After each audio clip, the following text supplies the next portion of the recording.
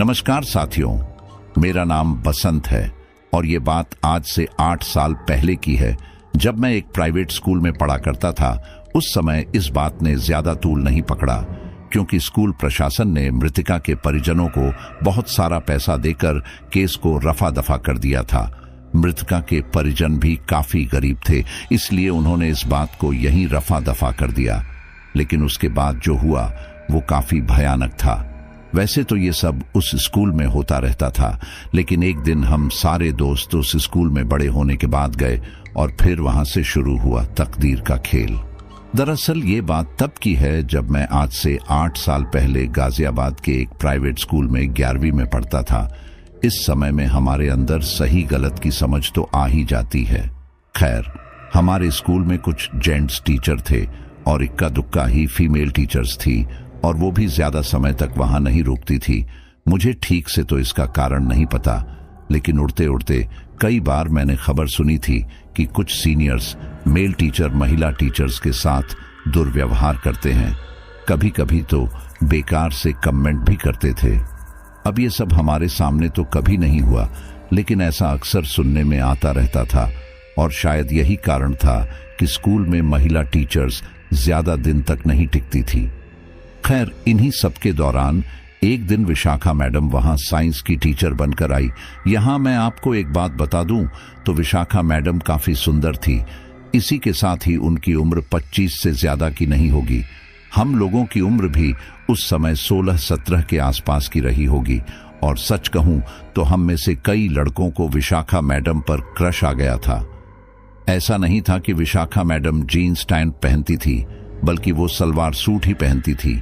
बालों को भी सलीके से बांध कर रखती थी, और उनमें एक आदर्श शिक्षिका की झलक साफ देखने को मिलती थी।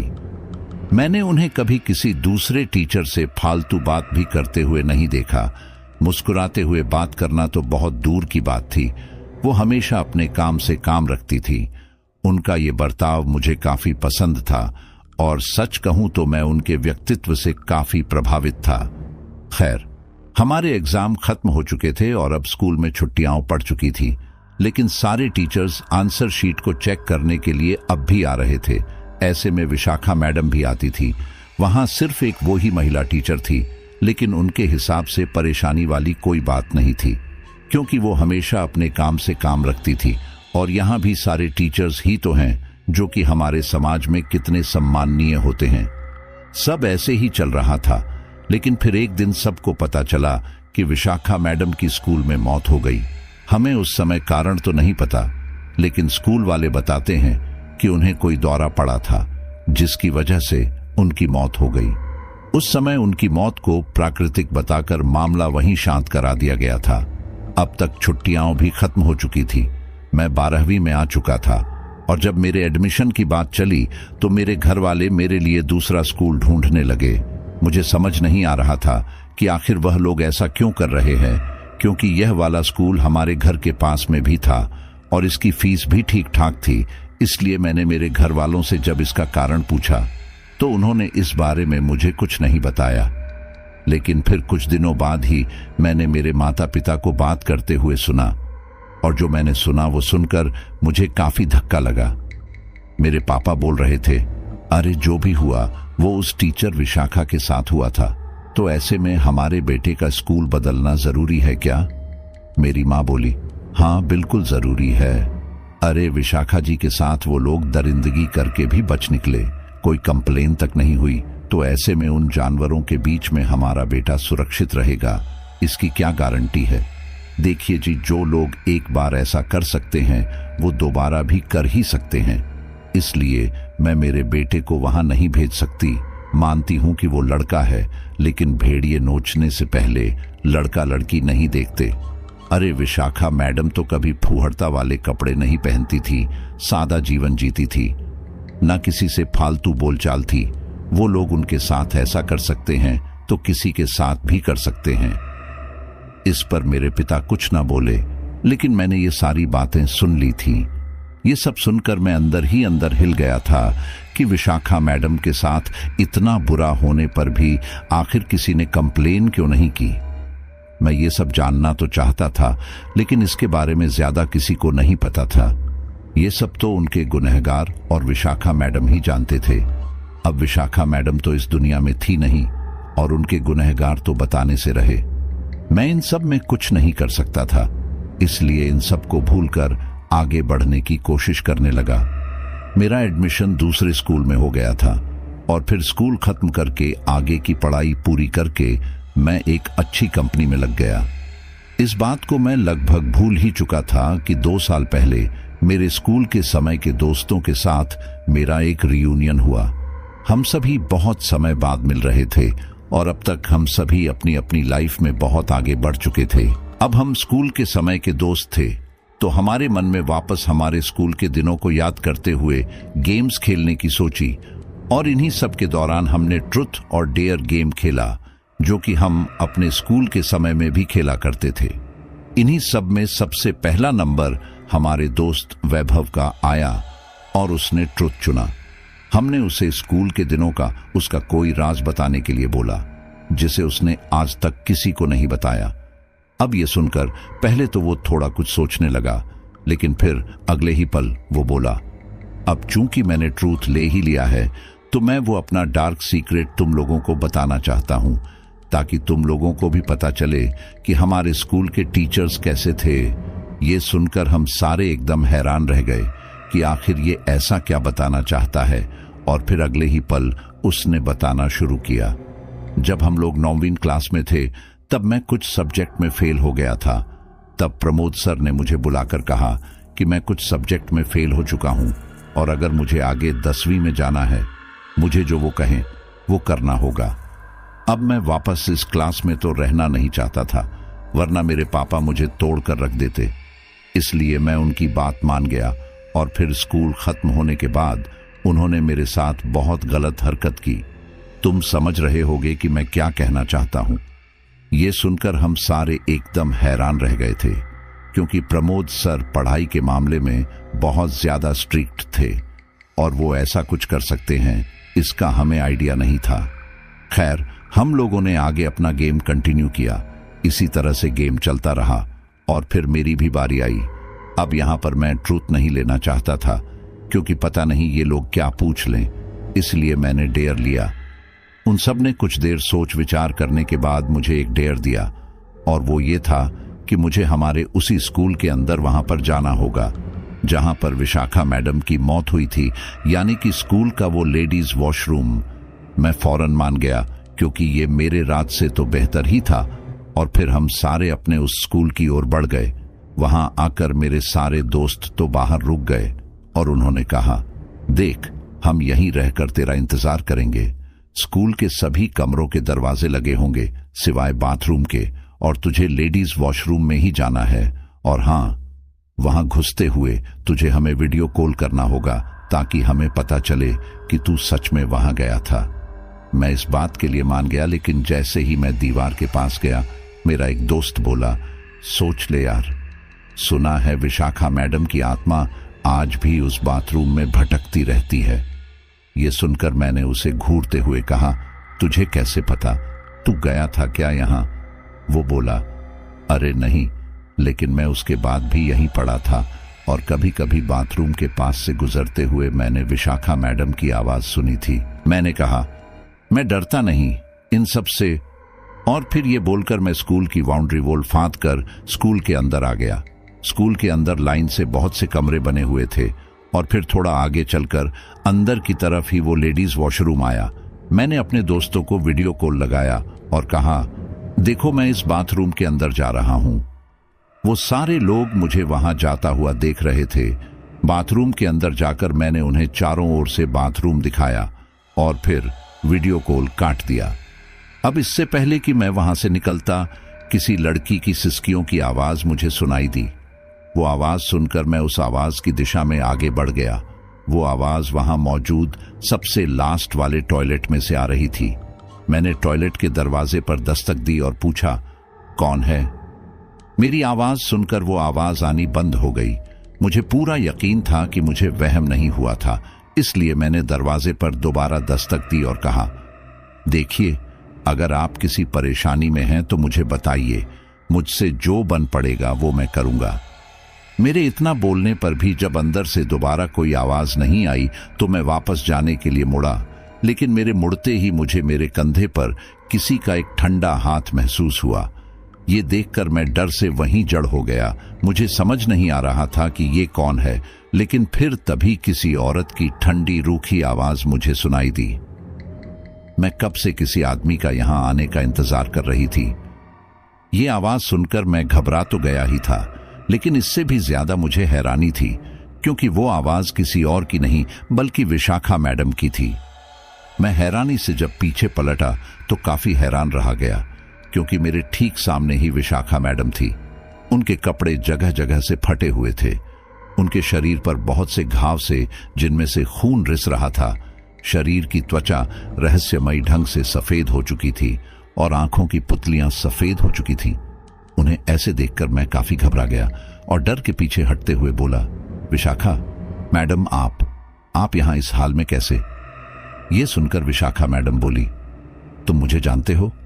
मैंने कहा, हाँ मैडम, ये मैं हूं, बसंत, आपका स्टूडेंट। मैं 11th क्लास में पढ़ता था। याद है आपने मुझे मुर्गा बनाया था, क्योंकि आपने मुझे मिहिर सर की कुर्सी पर च्युइंगम लगाते हुए पकड़ लिया था।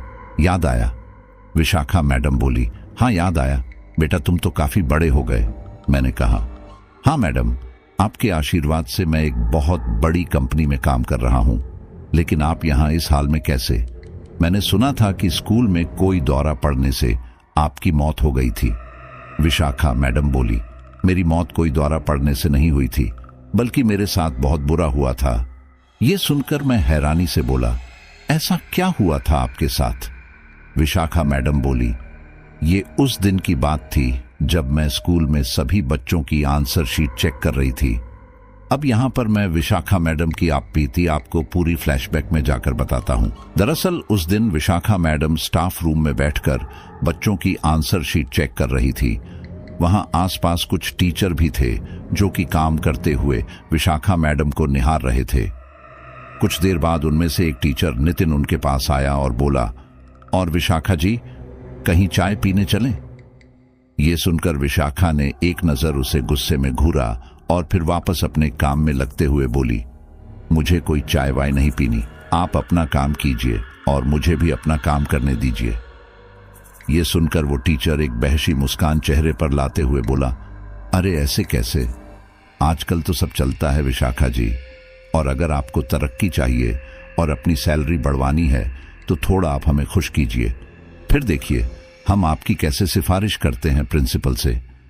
अब ये सुनकर विशाखा को गुस्सा तो बहुत आ रहा था, लेकिन फिर भी वो गुस्से का घूंट पीकर उससे बोली, देखिए नितिन जी, मैं आपके परिवार का लिहाज करके आपको इस बार छोड़ रही हूं। अगली बार मुझसे कोई भी फालतू बकवास की तो मैं आपकी शिकायत सीधे प्रिंसिपल से करूंगी, फिर कर लेना, आप उन्हें खुश। ये सुनकर उस टीचर को गुस्सा आया और उसने विशाखा मैडम की कलाई पकड़ ली। इससे विशाखा मैडम का गुस्सा 7वें आसमान पर जा पहुंचा और उन्होंने नितिन को एक जोरदार तमाचा जड़ दिया। ये सब देखकर वहां मौजूद बाकी टीचर वहां आकर ये सब रोकने लगे। वहीं उनमें से एक ने जाकर इसकी सूचना वहां के प्रिंसिपल को दे दी। वो जल्दी से वहां आए और फिर विशाखा से पूछा कि आखिर क्या हुआ है। तब विशाखा मैडम ने गुस्से में वो सब बता दिया जो भी नितिन ने कहा।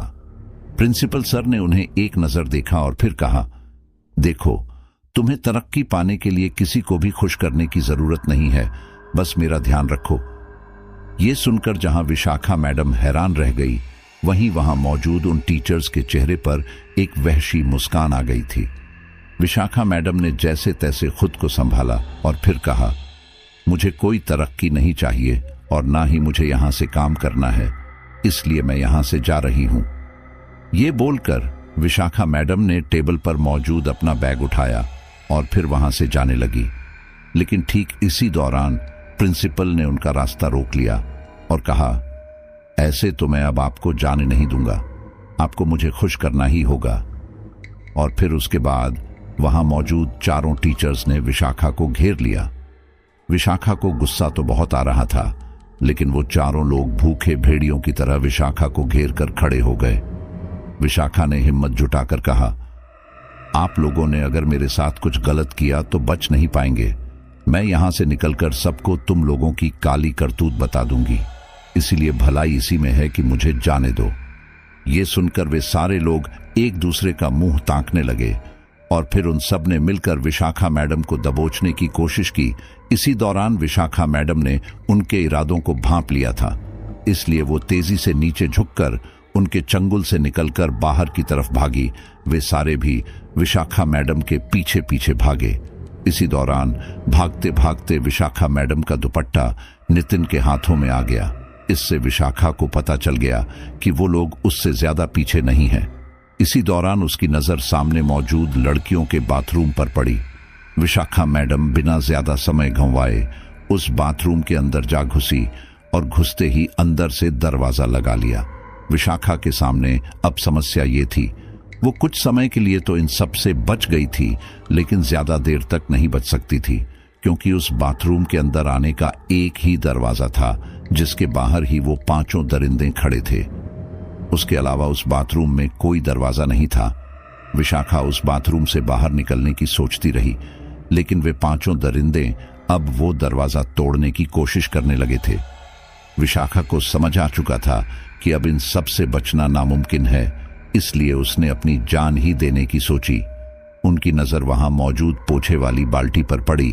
उन्होंने जल्दी से उसे उठाया और उसे लेकर वो सबसे पीछे वाले बाथरूम में गई और फिर उन्होंने अंदर से कुंडी लगाई और उस बाल्टी में पानी भरने लगी। कुछ ही देर में बाल्टी में पानी भर गया और विशाखा मैडम ने उस बाल्टी के अंदर अपना सिर डाला और अब वो अपनी मौत का इंतजार करने लगी। लेकिन ठीक इसी समय वो बाथरूम का दरवाजा उन लोगों ने तोड़ दिया और अब वो लोग भूखे भेड़ियों की तरह विशाखा मैडम को ढूंढने लगे। जल्द ही उन्हें विशाखा मैडम वाला बाथरूम मिल गया और अब वो उस कमरे का दरवाजा भी तोड़ने लगे। उस कमरे का दरवाजा इतना मजबूत नहीं था, इसलिए सब लोगों के 2-4 वार से ही वो दरवाजा टूट गया। दरवाजा टूटते ही उन लोगों ने मिलकर विशाखा मैडम को बाल्टी से बाहर निकाला और फिर उनकी असमत को तार तार किया। उन लोगों ने उसके बाद विशाखा मैडम की गला घोंटकर हत्या की, क्योंकि इतना सब होने के बाद विशाखा चुप रहने से तो रही। साथियों, विशाखा मैडम के मुंह से ये सुनकर मैं काफी हैरान रह गया था और मैं बोला, आपके साथ इतना सब हो गया, लेकिन इसके ऊपर कोई कार्यवाही क्यों नहीं हुई? विशाखा मैडम बोली, कार्यवाही तब होती जब कोई इसके खिलाफ कार्रवाई करता। इन लोगों ने मेरे घर वालों को पैसे देकर उनका मुंह बंद कर दिया था। वो लोग गरीब थे, ऊपर से मेरी 2 बहन भी शादी के लिए थी। ऐसे में अगर बाहर वालों को ये पता चले कि मेरे साथ ये सब हुआ था तो उनकी शादी में दिक्कत आ सकती थी। मैं मर चुकी थी, इसलिए उन लोगों ने मुझे इंसाफ दिलवाने से ज्यादा मेरे जिंदा भाई बहनों की फिक्र करने की सोची। इसलिए उन लोगों ने वो पैसे लेकर बात वहीं खत्म कर दी। लेकिन इंसाफ ना मिलने के कारण मेरी आत्मा आज भी इस बाथरूम में भटक रही है और मेरी मजबूरी देखो, मैं इस बाथरूम से बाहर नहीं जा पा रही थी। मैं यहां से तभी बाहर जा सकती जब कोई आदमी मुझे नुकसान न पहुंचाने के इरादे से इस बाथरूम में आए, मेरे रोने की आवाजें सुनकर मेरी मदद करने के लिए आगे आए ना कि मुझसे डर के भागे। आज 8 सालों बाद तुम यहां आए और अब तुम मुझे इंसाफ दिलवाने में मेरी मदद करोगे। मैंने कहा, आपको इंसाफ दिलवाने के लिए मुझसे जो बन पड़ेगा वो मैं करूंगा। ये सुनकर विशाखा मैडम के चेहरे पर मुस्कान आ गई, लेकिन ये मुस्कान डरावनी नहीं थी। उसके बाद विशाखा मैडम बिना कुछ कहे वहां से गायब हो गई। ये देखकर मैंने हैरानी से यहां वहां नजरें घुमाई, लेकिन विशाखा मैडम मुझे कहीं दिखाई नहीं दी। मैंने उन्हें आवाज देते हुए वहां के सारे टॉयलेट चेक किए, लेकिन वो मुझे कहीं नहीं मिली। ठीक इसी दौरान मेरे दोस्तों का मुझे फोन आया और उन्होंने मुझसे पूछा कि इतने समय से मैं बाथरूम में क्या कर रहा हूं, जल्दी से बाहर आऊं। ये सुनकर मैंने फोन रखा और फिर दोबारा एक नजर बाथरूम के अंदर डाली और फिर पलटकर वापस बाहर की तरफ आने लगा। जैसे ही मैंने दोबारा से स्कूल की बाउंड्री वॉल फांद दी, मुझे विशाखा मैडम की आवाज सुनाई दी, बहुत बहुत शुक्रिया बेटा मुझे वहां से आजाद करने के लिए। फिलहाल ये बात किसी को भी मत बताना। ये सुनकर मैंने मन ही मन सोचा कि अगर मैंने बता भी दिया तो भी कौन सा कोई मेरी बात मान लेगा। खैर, रात बहुत हो चुकी थी, इसलिए हम सारे वापस अपने अपने घरों की ओर निकल पड़े। वहीं मैं भी अपने घर आ गया। घर आकर जैसे ही मैं अपने कमरे में आकर दरवाजा लगाकर बैठा, वहां पर विशाखा मैडम प्रकट हो गई। उन्हें देखकर मुझे ना तो डर लग रहा था और ना ही हैरानी हो रही थी। फिर अगले ही पल विशाखा मैडम बोली, मुझे मुक्ति दिलाने में मेरी मदद करोगे ना? मैंने हाँ में अपनी गर्दन हिला दी और फिर विशाखा मैडम बोली, मुझे नहीं पता कि मेरे गुनहगार इस समय कहां पर हैं, लेकिन उनका पता लगाना होगा ताकि मैं उन्हें वो सजा दूं जो उन्हें 8 साल पहले मिलनी चाहिए थी। मैं सच में ये चाहता था कि उनके साथ जिसने भी ये घिनौना काम किया था उन्हें इसकी सजा मिले। इसलिए मैंने कहा, आप चिंता मत कीजिए मैडम, मैं कल ही दोबारा दिन के समय स्कूल जाकर उस प्रिंसिपल से मिलूंगा और बातों बातों में बाकी लोगों का पता लगा लूंगा। अगले दिन मैं दिन में उस स्कूल में गया। उस समय वहां पर बच्चों की क्लास लग रही थी। मैं प्रिंसिपल के कमरे में गया और वहां उनसे बातों बातों में कहा, सर, मैं इस स्कूल में 8 साल पहले पढ़ता था। आज मैं अपनी लाइफ में काफी सक्सेसफुल हो चुका हूं, तो आप सभी टीचर्स का आशीर्वाद लेने आया था। ये सुनकर वो बोले, अरे बेटा, ये तो काफी अच्छी बात है, हमारा आशीर्वाद तो तुम्हारे साथ ही है। मैंने कहा, ऐसे बात नहीं बनेगी सर, आपसे मिला बहुत खुशी हुई और अब मैं हमारे बाकी teachers Nitin sir, Pramod sir, Dipesh sir, Mihir sir और भी जितने टीचर्स हैं सबसे मिलना चाहता हूं। अगर आप मुझे उनका पता दे दें तो मैं उनसे मिल लूं। इस पर वे मान गए और फिर उन्होंने मुझे एक कागज पर उन सभी टीचर्स के पते और फोन नंबर लिखकर दे दिए। मैं वो लेकर वापस आ गया और विशाखा मैडम से पूछा कि इनमें से वो कौन कौन थे। तब विशाखा मैडम ने बताया कि वो लोग नितिन, प्रमोद, दीपेश और संदीप थे। विशाखा मैडम बोली, ये चारों ही अलग अलग शहरों में शिफ्ट हो चुके हैं, हम वहां तक जाएंगे कैसे? मैंने कहा, उसकी चिंता आप मत कीजिए, हम लोग कल ही ट्रेन पकड़कर वहां जाएंगे। इस पर विशाखा मैडम ने कहा, ठीक है, फिर आज रात मैं इस प्रिंसिपल से अपना बदला लूंगी। और फिर मैं इस पल का इंतजार करने लगा। शाम को जब वो प्रिंसिपल अपने घर जा रहा था, तब विशाखा मैडम भी उसके पीछे पीछे उसके घर आ गई। उसकी पत्नी मर चुकी थी और 2 बेटे थे जिनकी शादी भी हो चुकी थी और वो अपनी अपनी लाइफ में मस्त रहने लगे थे। देर रात जब सब अपने कमरे में सो रहे थे, तभी किसी ने उस प्रिंसिपल को झकझोरकर उठाया। वो प्रिंसिपल एक झटके से उठा और आसपास देखा, लेकिन वहां पर कोई भी नहीं था। ये देखकर वो वापस सोने लगा, लेकिन ठीक इसी दौरान उसकी नजर छत के ऊपर पड़ी। छत पर पंखे से विशाखा मैडम उल्टी लटक रही थी। विशाखा मैडम के इस भयानक रूप को देखकर उनकी एक तेज चीख निकल पड़ी। ठीक इसी दौरान विशाखा मैडम एक झटके से कूदकर नीचे आई और अपनी भयानक रूह कंपा देने वाली आवाज में बोली, मुझे पहचाना, मेरी असमत से खेलने के बाद तुम कितनी आराम से सो रहे हो, चलो मैं तुम्हें हमेशा हमेशा के लिए सुला दूं। विशाखा मैडम के इतना बोलते ही वो पहले से ज्यादा घबरा गया और बिस्तर से उठकर सीधा बाथरूम की ओर भागा, क्योंकि कमरे से बाहर जाने वाले दरवाजे पर विशाखा तेजी से आ खड़ी हुई थी। उस प्रिंसिपल को लगा था कि वो ऐसा करके विशाखा से बच जाएगा, लेकिन ये सब तो विशाखा की एक चाल थी। उस बाथरूम में एक बाथटब था। उनके बाथरूम में घुसने के थोड़ी ही देर बाद उस बाथटब में पानी भरने लगा। विशाखा मैडम की भयानक आकृति उस बाथटब के पानी में तैरने लगी। इस दौरान वो बोली, याद है ना कि मैं कैसे तुम लोगों से अपनी इज्जत बचाने के लिए आत्महत्या करने की कोशिश कर रही थी, लेकिन तुम लोग दरवाजा तोड़कर अपने मकसद में कामयाब हो ही गए थे। क्या आज दरवाजा तोड़कर यहां से नहीं भागोगे? ये सुनकर वो प्रिंसिपल पहले से काफी ज्यादा घबरा गया और बाथरूम की कुंडी खोलकर बाहर भागने की कोशिश करने लगा, लेकिन वो दरवाजा था कि खुलने का नाम ही नहीं ले रहा था। ये देखकर वो प्रिंसिपल पहले से ज्यादा घबरा गया। अब इससे पहले कि वह कुछ और करता, उसे अपने ठीक पीछे से विशाखा मैडम की ठंडी रूखी आवाज आई, कुंडी बाहर भी होती है, मैं अंदर आने से पहले बाहर से कुंडी लगाकर आई थी ताकि तुम यहां से बाहर ना भाग पाओ। ये सुनकर वो प्रिंसिपल पीछे मुड़ा तो पाया कि विशाखा मैडम का भयानक चेहरा उसके ठीक सामने था। ये देखकर वो हाथ जोड़ते हुए बोला, मुझे माफ कर दो विशाखा, अगर तुम कहो तो मैं अपने आप को कानून के हवाले कर दूंगा। ये सुनकर विशाखा मैडम गुस्से में बोली, ताकि उन्हें भी पैसा खिलाकर छूट जाओ। नहीं, अब ऐसा कुछ नहीं होगा। अब तुम्हें कानून नहीं बल्कि मैं सजा दूंगी। ये बोलकर विशाखा मैडम ने उस प्रिंसिपल का चेहरा अपने भयानक सफेद पंजों से दबोच लिया और फिर अगले ही पल विशाखा मैडम ने उसे उठाकर उस बाथटब में डाल दिया। अब तक बाथटब में इतना पानी भर चुका था कि उस प्रिंसिपल का चेहरा कम से कम पानी के अंदर आ गया था और बाथटब में पानी अब भी भर रहा था। उस प्रिंसिपल का शरीर उस पानी में छटपटा रहा था। वो बाहर आने की कोशिश कर रहा था, लेकिन विशाखा मैडम ने अपनी मजबूत पकड़ से उसे आजाद होने का मौका ही नहीं दिया।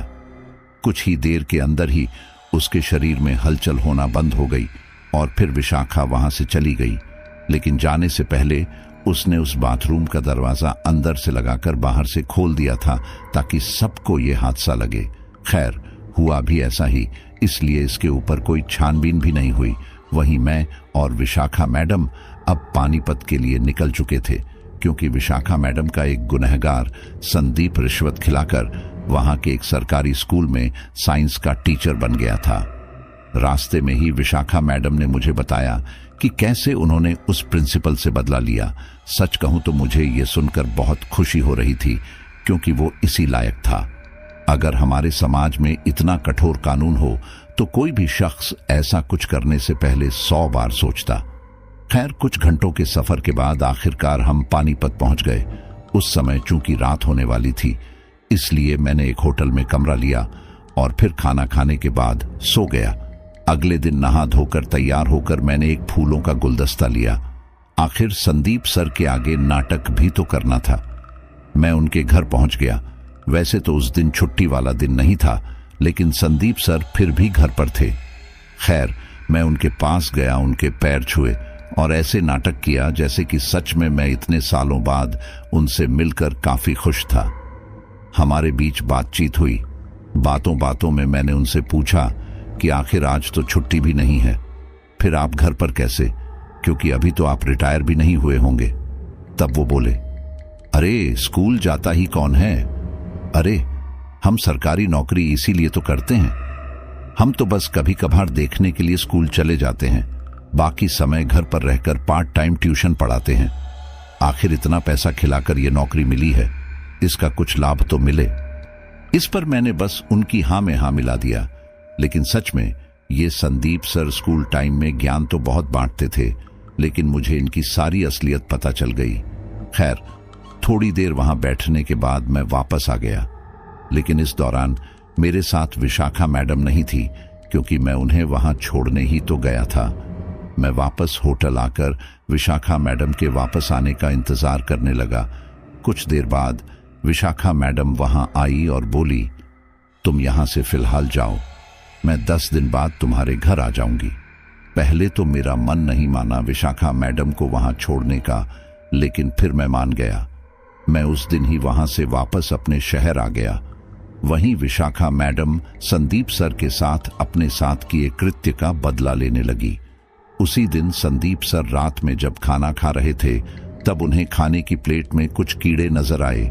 ये देखकर उन्होंने प्लेट अपने से दूर फेंकी और अपनी पत्नी से गुस्से में पूछा कि आखिर उसने खाने में कीड़े क्यों मिलाए। संदीप सर का बेटा, जो कि उस समय 2nd ईयर में पढ़ रहा था, हैरानी से बोला, पापा आप पागल तो नहीं हो गए, खाने में कोई कीड़ा नहीं है।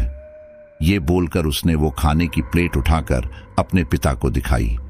उसके पिता ने हैरानी से प्लेट की ओर देखा तो पाया कि सच में उसमें कोई कीड़ा नहीं था। इसके आगे उनका बेटा बोला, आप आज इतना अजीब बिहेव क्यों कर रहे हैं? मेरी मां को परेशान करके निकालना चाहते हैं, मैं ऐसा होने नहीं दूंगा। बोलकर उसने अपनी प्लेट उठाई और अपने कमरे में आ गया। यहां विशाखा मैडम को एक बात और पता चली कि संदीप सर का बाहर कहीं चक्कर चल रहा था, जिसके साथ उनके बेटे और पत्नी ने उन्हें रंगे हाथ पकड़ लिया था और वो अब अपनी पत्नी और बेटे को घर से निकालकर उस औरत से शादी करना चाहते थे। इसी कारण इस परिवार में काफी मनमुटाव था। उसी रात जब संदीप सर सो रहे थे तब किसी ने उन्हें झकझोरते हुए उठाया। उठते ही उन्होंने पाया कि उनकी पत्नी भयानक ढंग से मुस्कुराते हुए उन्हें ही घूर रही थी।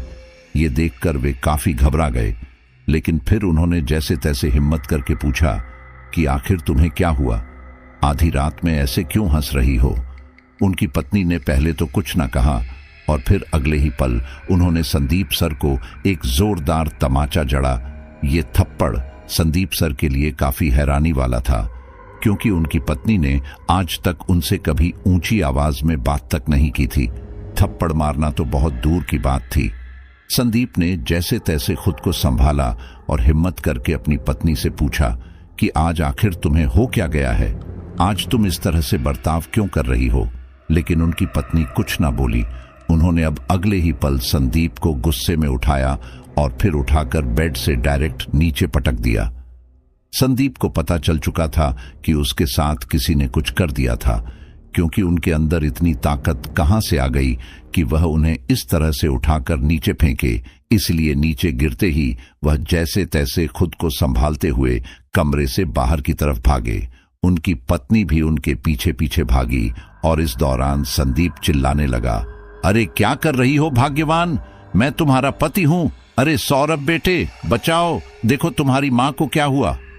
अब यह सारी चिल्लम चिल्ली सुनकर सौरभ अपने कमरे से बाहर आया।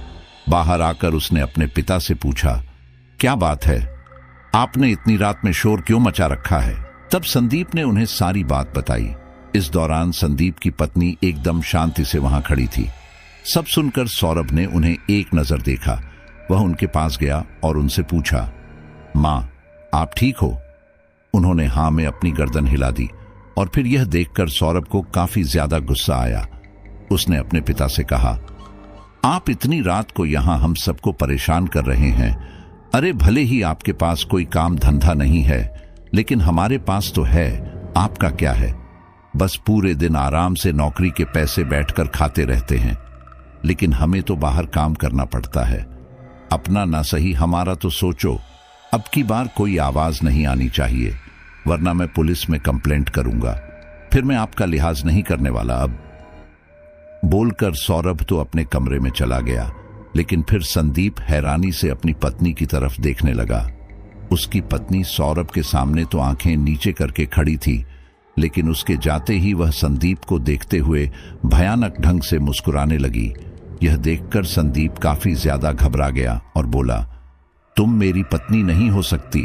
कौन हो तुम? उनकी पत्नी ने भयानक ढंग से मुस्कुराते हुए कहा, विशाखा। ये सुनकर उनके दिमाग में अतीत की पुरानी यादें घूमने लगी। फिर उन्होंने अगले ही पल किसी तरह से खुद को संभाला और कहा, देखिए विशाखा जी, हमसे गलती हो गई। मैं अपनी गलती के लिए शर्मिंदा हूं, इसलिए प्लीज मुझे माफ कर दीजिए।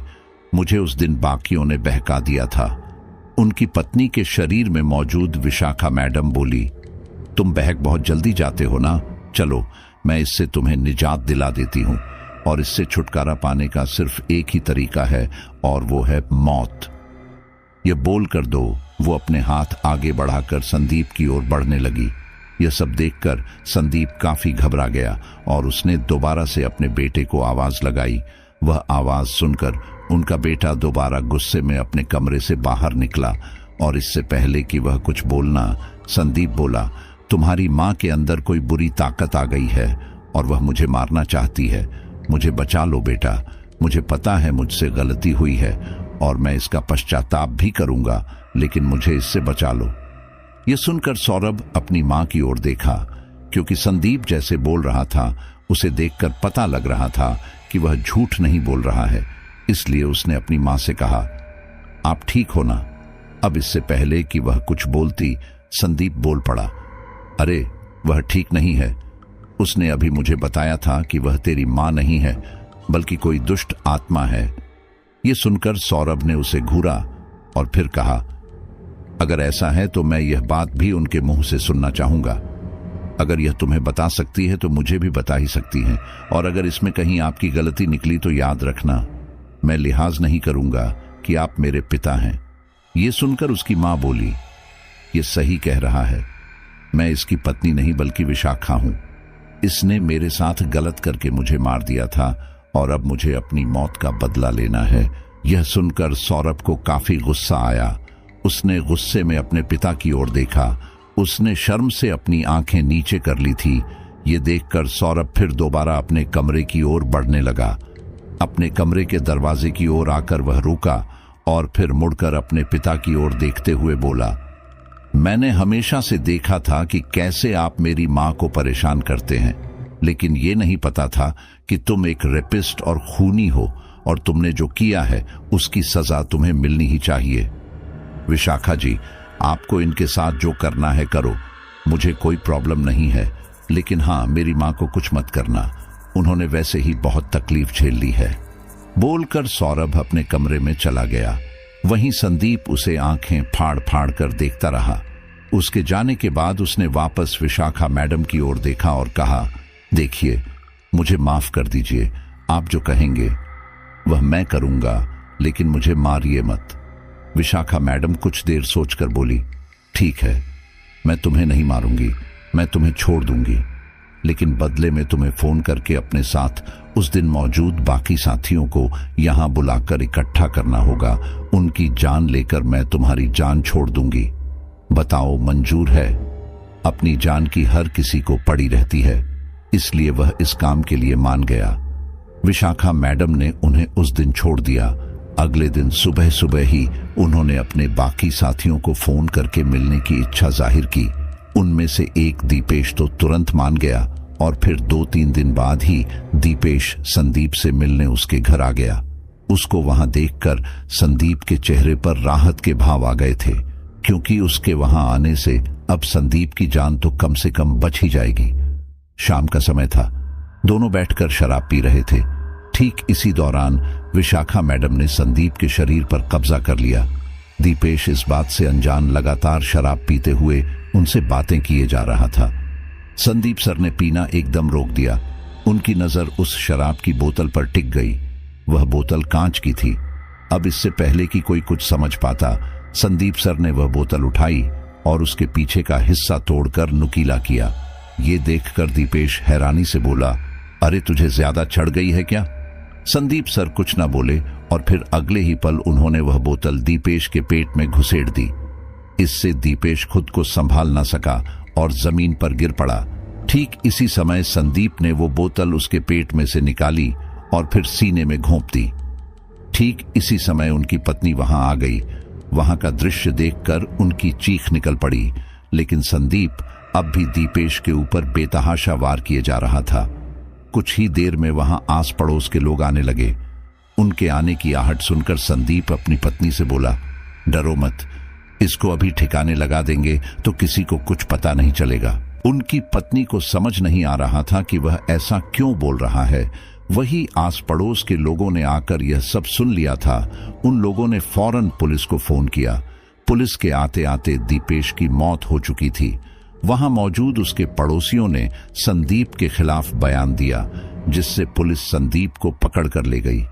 अब तक संदीप सामान्य हो गया था और वह सबसे कहने लगा कि मैंने कोई खून नहीं किया, लेकिन सारे सबूत उसके खिलाफ थे और सबने उसे दीपेश के साथ यह भयानक कांड करते हुए देख लिया था।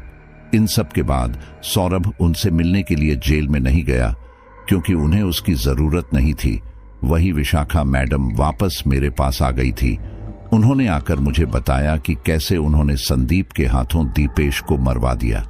ये सुनकर मैंने उनसे कहा कि आपको उन संदीप सर को नहीं छोड़ना चाहिए था। तब उन्होंने मुझे बताया कि उन्होंने जेल में जाकर संदीप सर के शरीर में कब्जा करके आत्महत्या करवा दी थी, इसलिए अब वो भी जिंदा नहीं है। ये सुनकर मुझे अच्छा लगा और फिर मैं विशाखा मैडम के साथ दिल्ली के लिए निकल पड़ा, क्योंकि वह नितिन दिल्ली में ही रहता था। सुना था कि उसकी दिल्ली में किसी कॉलेज में जॉब लग गई थी। पता नहीं ऐसे घटिया लोगों को काम देता कौन है। खैर, हम दोनों वहां के लिए निकल पड़े। यहां मैं आपको एक बात बता दूं कि मैं कोई धन्ना सेठ नहीं था। इन सब में मेरे काफी पैसे खर्च हो रहे थे, लेकिन मुझे इससे ज्यादा फर्क नहीं पड़ रहा था, क्योंकि मैं सच में चाहता था कि विशाखा मैडम अपनी मौत का बदला ले। आखिर उन लोगों ने भी तो विशाखा मैडम की लाइफ खराब की थी। लेकिन इन गंदी मानसिकता वाले लोगों ने न सिर्फ विशाखा मैडम की लाइफ खराब की थी, बल्कि ना जाने कितने बच्चों को भी ट्रूमाटाइज किया था, और उन्हें इसकी सजा किसी न किसी को तो देनी ही चाहिए। कुछ ही घंटे में दिल्ली आ गया। दिल्ली में उतरकर मैंने एक सस्ते से होटल में चेकिंग किया और फिर एक रात उस होटल में रुककर अगले दिन शाम को मैं नितिन सर के घर की ओर बढ़ने लगा, क्योंकि दिन में तो वो कॉलेज में होंगे। इस दौरान मैंने उनके लिए भी एक गुलदस्ता ले लिया था। मैं उनके घर गया और एक आदर्श स्टूडेंट की तरह उनके पैर छुए और इधर उधर की बातें करने लगा, और फिर थोड़ी देर बाद मैं वहां से उठकर वापस होटल आ गया। वहां आकर विशाखा मैडम बोली, ये इन सब में सबसे मैन है, इसे मैं इतनी आसान मौत नहीं देना चाहती, मैं इसे तड़पाना चाहती हूं जैसे कि मैं तड़पी थी। मैंने कहा, तो इसके लिए आप क्या करेंगी? क्योंकि इनके परिवार में ज्यादा तो कोई है नहीं, 2 लड़के हैं, वो भी काम के सिलसिले में दूसरे शहरों में रहते हैं, ये यहां पर अकेले रहते हैं। विशाखा मैडम बोली, मैं इसको इतनी मानसिक प्रताड़ना दूंगी कि सब लोग इसे पागल समझें, और फिर जब ये मरे तो सबको लगे कि एक पागल मर गया। मैंने कहा, इन सब में तो आपको टाइम लगेगा, और फिर हमें आगे प्रमोद सर को भी तो सबक सिखाने जाना है। विशाखा मैडम बोली, कोई बात नहीं, अभी उसे ऐश कर लेने दो, लेकिन उससे पहले इस नितिन को सबक सिखाना जरूरी है, इसलिए तुम घर जाओ, मैं यहां काम खत्म करके वहीं आ जाऊंगी। तब तक तुम भी अपने काम पर ध्यान दो, मेरी वजह से तुम्हारे काम का भी बहुत नुकसान हो रहा होगा। मैंने कहा, मुझे इसकी कोई फिक्र नहीं है मैडम, मैं पैसे कल को और कमा लूंगा, लेकिन फिलहाल आपको मेरी जरूरत है और मैं इससे पीछे नहीं हट सकता, क्योंकि आप मेरी गुरु हैं और आपके साथ हुई नाइंसाफी के लिए, उन लोगों को सजा दिलवाने के लिए मुझे कुछ भी करना पड़े तो मैं तैयार हूं। इसके आगे विशाखा मैडम कुछ ना बोली और मेरे वहां रुकने का भी फायदा नहीं था, इसलिए मैं उसी समय वापस अपने शहर के लिए निकल गया। मेरे जाते ही विशाखा मैडम वापस नितिन सर के घर की ओर बढ़ गई। वहां आकर उन्होंने देखा कि नितिन सर शराब के नशे में धुत अपने कमरे में पड़े थे। विशाखा मैडम को उसे देख देख कर काफी गुस्सा आ रहा था, इसीलिए उन्होंने अपने एक हाथ से उसे उठाकर दीवार से दे मारा। अब भले ही नितिन सर शराब के नशे में धुत थे, लेकिन थे तो जिंदा ही, इसलिए दीवार से टकराए जाने के कारण वो एकदम से उठ बैठे। उन्होंने आसपास देखा, लेकिन वहां पर कोई भी नहीं था। ये देखकर वो अपने आप को संभालते हुए बिस्तर की ओर बढ़ने लगे कि तभी उसे ध्यान आया कि वो तो अपने बिस्तर पर सो रहा था, और अगर वो नींद में गिरा भी होगा तो पास में ही गिरना चाहिए, बेड से इतना दूर तो नहीं। वो इन सब के बारे में सोच ही रहा था कि तभी अचानक ऊपर से विशाखा मैडम का सफेद भयानक चेहरा उसके एकदम सामने आ गया। उन्हें एकदम से देखकर नितिन घबरा गया और डर के मारे अपने चेहरे पर हाथ रख लिया। कुछ देर बाद उसने जब हाथ हटाकर देखा तो वहां पर कोई भी नहीं था। ये देखकर उसने हैरानी से सब ओर देखा, लेकिन वहां उसके अलावा कोई भी नहीं था। ये देखकर वो मन ही मन बड़बड़ाने लगा, लगता है आज ज्यादा ही पी ली, तभी कुछ भी दिखाई दे रहा है, बोलकर वो अपने बिस्तर पर आकर दोबारा सोने लगा। उसे वहां लेटे हुए मुश्किल से 5-7 मिनट ही हुए होंगे कि तभी विशाखा मैडम उसके कान के पास आकर जोर से चीखी, आह! वो चीख सुनकर नितिन डर के मारे उठ बैठा। उसने दोबारा आसपास देखा, लेकिन वहां कोई भी नहीं था। उस सन्नाटे में उसकी सांसों के अलावा किसी भी तरह की कोई आवाज नहीं आ रही थी। वो काफी देर तक यूं ही आसपास देखता रहा, और जब उसे वहां कोई दिखाई नहीं दिया तो फिर वो दोबारा सोने की कोशिश करने लगा, लेकिन अब उसे काफी डर लगने लगा था।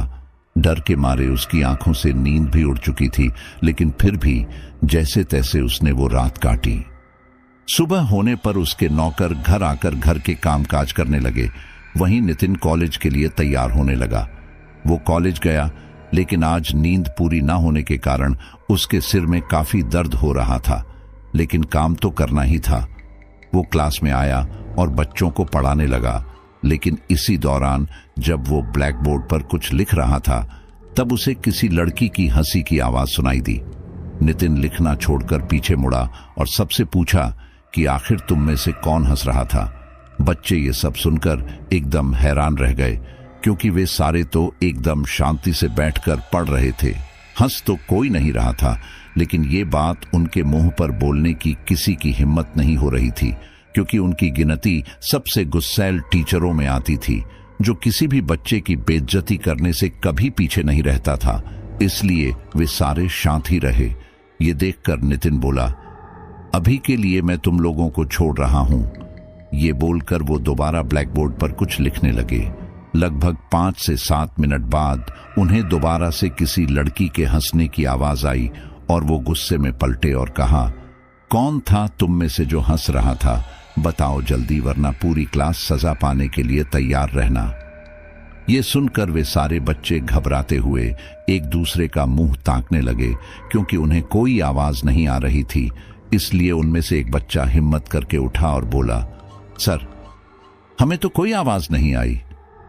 अब ये सुनकर नितिन का गुस्सा 7वें आसमान पर जा पहुंचा और वो गुस्से में बोला, तुम कहना चाहते हो कि मैं झूठ बोल रहा हूं? मैंने साफ साफ एक लड़की के हंसने की आवाज सुनी थी। तुम सब लोग अपने साथी को बचाने के लिए झूठ बोल रहे हो ना? कोई बात नहीं, अब तुम सभी लोग सजा पाने के लिए तैयार रहो।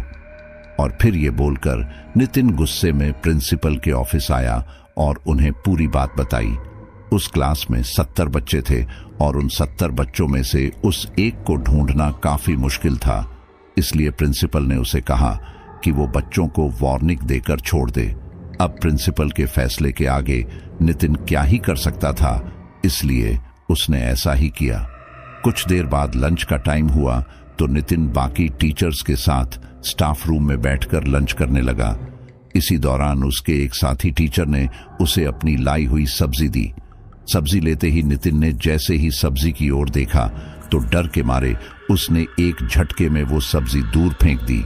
ये देखकर वहां मौजूद सारे टीचर्स उसे गुस्से में घूरने लगे। ये देखकर नितिन बोला, ये क्या है? तुमने मुझे कीड़े वाली सब्जी दे दी। उसके ऊपर देखो, कितने गंदे कीड़े रेंग रहे हैं। अब ये सुनकर उसने सभी को वो सब्जी दिखाई और पूछा, बताओ, तुम लोगों को कोई कीड़ा नजर आ रहा है क्या? सब लोगों ने ना में जवाब दिया। ये सुनकर नितिन ने दोबारा वो सब्जी देखी तो पाया कि वो सब्जी एकदम ठीक थी। ये देखकर नितिन कुछ बोलता उससे पहले ही वो टीचर बोला, कीड़ा सब्जी में नहीं बल्कि तुम्हारे दिमाग में है। अपने दिमाग का इलाज करा लो तो सारे कीड़े दिखना बंद हो जाएंगे। ये सुनकर नितिन को गुस्सा तो बहुत आया, लेकिन फिर वह किसी तरह से खुद को शांत करते हुए कहा, वह दरअसल मैं रात में ढंग से सो नहीं पाया। शायद इसी वजह से मुझे इस तरह का भ्रम हुआ था। मुझे माफ कर दो। इसके आगे कोई कुछ ना बोला, लेकिन अब उसे अक्सर किसी लड़की के हंसने की आवाज आने लगी थी, जबकि आसपास कोई नहीं होता। कभी कभी उसे भ्रम भी होता कि उसके खाने में कीड़े हैं, और रात में किसी के चीखने की आवाज सुनकर या किसी के झकझोर कर उठाने से वह सो नहीं पा रहा था। इस वजह से वो दिन ब दिन और ज्यादा उग्र होता जा रहा था। इसलिए उसके एक साथी टीचर ने उसे एक साइकियाट्रिस्ट के पास जाने की सलाह दी। जिस हिसाब से नितिन की हालत थी तो नितिन को भी यह बात सही लगी, और फिर वह उसी दिन शाम को एक साइकियाट्रिस्ट के पास गया। उसने उसे सारी बात बताई। तब उस साइकियाट्रिस्ट ने कहा, हो ना हो, नींद पूरी ना होने की वजह से आपको इस तरह की समस्या हो रही होगी, और जिस तरह की आवाज आपको आ रही है वह शायद आपके मन का वहम है। एक काम कीजिए, आप आज यह दवा लेकर आराम से सो जाइए, फिर कल मुझे बताना। नितिन ने वैसा ही किया। वो रात में नींद की दवा खाकर आराम से सो गया, और अब उसे किसी के चीखने से या झकझोरने से कोई फर्क नहीं पड़ रहा था। वो पूरी रात चैन की नींद सोया, लेकिन इस दौरान उसे एक भयानक सपना आया। उस सपने में वो उसी स्कूल में था जहां विशाखा मैडम के साथ उन्होंने कुकृत्य कर हत्या कर दी थी। उस स्कूल में उस समय अंधेरा था, लेकिन कहीं कहीं पर 0 वोल्ट का बल्ब जल रहा था, जिस वजह से वहां कहीं कहीं जगह पर रोशनी थी। नितिन उस स्कूल में से बाहर निकलने लगा, लेकिन ठीक तभी उसके सामने विशाखा मैडम अपने भयानक रूप में आ खड़ी हुई। अचानक से विशाखा मैडम के सामने आने के कारण नितिन काफी घबरा गया और अपने आप को न संभाल पाने के कारण पीछे की ओर जा गिरा। उसे देखकर विशाखा मैडम गुस्से में बोली, तूने मुझे मारा था ना, अब मैं भी तुझे तड़पा तड़पा कर मारूंगी। ये बोलकर विशाखा मैडम तेजी से उसके पास आई और फिर उसके ऊपर बैठकर अपने भयानक नुकीले नाखूनों से उसकी छाती फाड़ने लगी। ये सपना देखकर नितिन डर के मारे उठ बैठा। वह काफी घबरा गया था। फिर उसने घड़ी पर एक नजर डाली तो पाया कि वह सुबह का सपना था। ये देखकर वो और ज्यादा घबरा गया, क्योंकि ऐसा मानते हैं कि सुबह के सपने